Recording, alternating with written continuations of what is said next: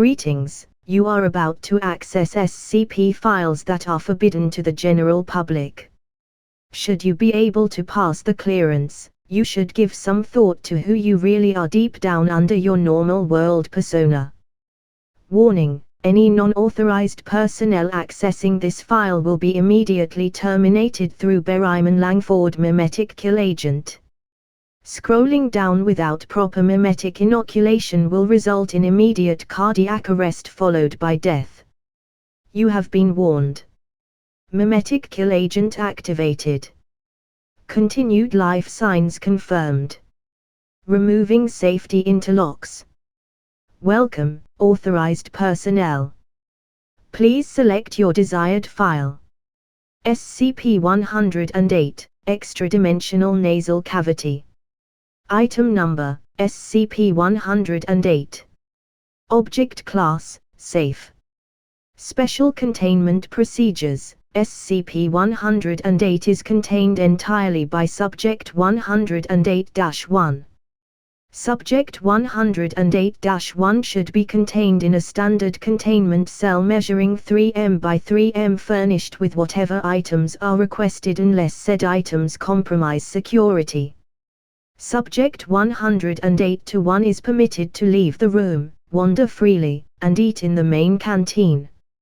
Medical examination to be performed on Subject 108-1 daily, filters to be changed as necessary.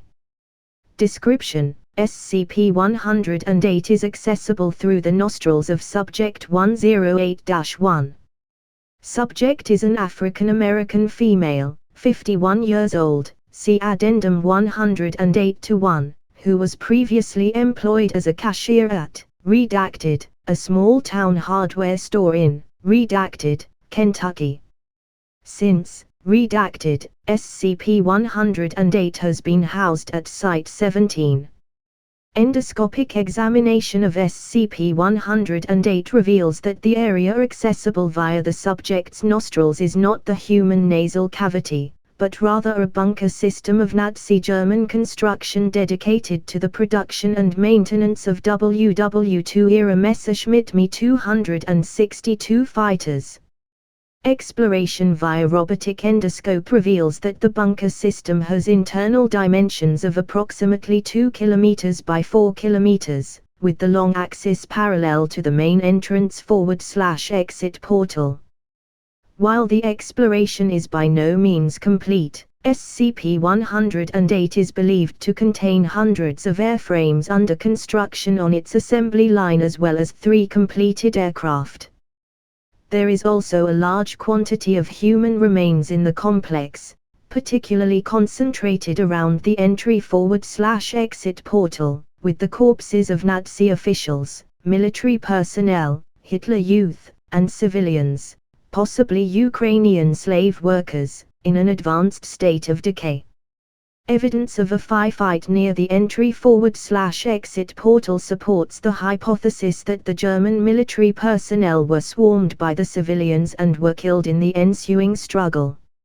Some corpses show signs of cannibalism.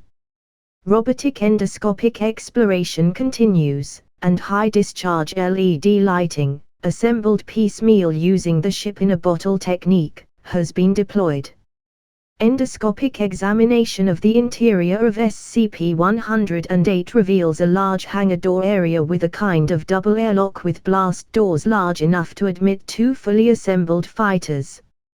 A production line exists which would allow damaged fighters and deliveries to enter on one side of the hangar door, and finished fighters to exit on the other side. Turning the endoscope head 180 degrees reveals the open doorway as an area of total blackness with 2 nostril-shaped penetrations in it. One nostril-shaped penetration is connected to whichever nostril is admitting the endoscope, and the other is connected to the interior of a human nasal cavity.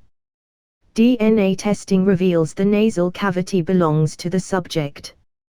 The black area is impenetrable and absorbs all wavelengths of light that the endoscope can carry. The black area is elastic and yielding when probed.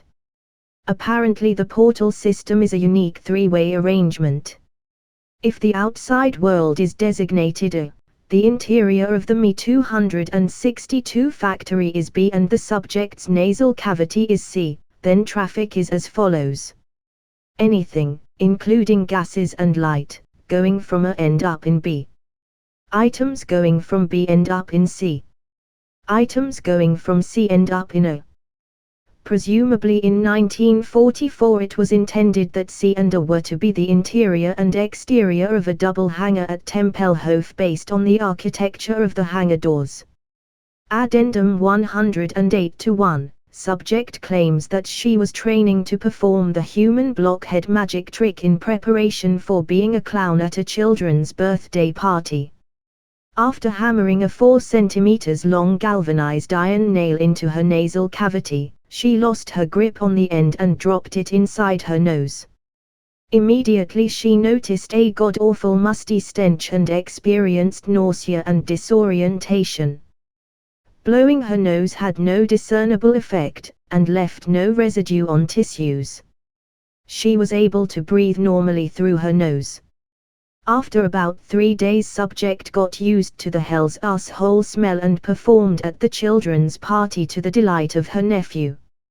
Approximately a week later, after ignoring numerous complaints about the smell of her breath, subject was diagnosed with pneumonia and placed on a course of roxithromycin.